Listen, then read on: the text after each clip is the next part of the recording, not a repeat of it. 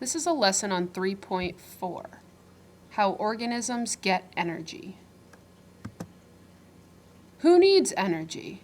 Everything does. Without energy, living things die. So there's this process called photosynthesis, and it's simply a food-making process used by green plants and plant-like single-celled organisms, for example, algae. Algae require the sun, carbon dioxide, which is also known as CO2, and water, which is also known as H2O. The formula for photosynthesis is sunlight plus carbon dioxide plus water turns into glucose, which is a sugar, and oxygen. Notice that the arrow is one way. This is because the process is a one-way process. You can't take glucose and oxygen and turn it back into water, carbon dioxide, and sunlight. The process of photosynthesis happens in the leaves. Look at the picture below. There's also a process used by animals and single-celled organisms that are animal-like. This is called cellular respiration. An example of an animal-like single-celled organism is an amoeba. Amoebas eat just like animals do.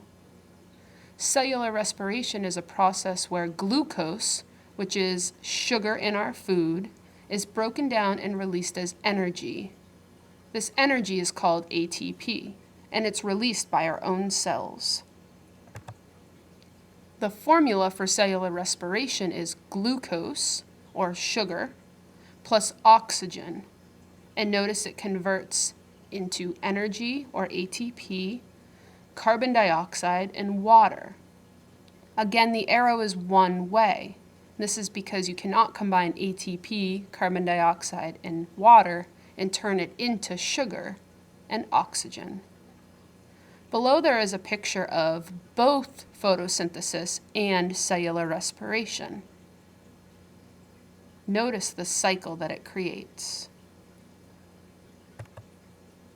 In summary, all living things need energy to survive. Plants and some single-celled organisms use photosynthesis to get their energy from the sun, while animals and some other single-celled organisms use cellular respiration to get energy from the food that we eat. I hope you enjoyed this presentation.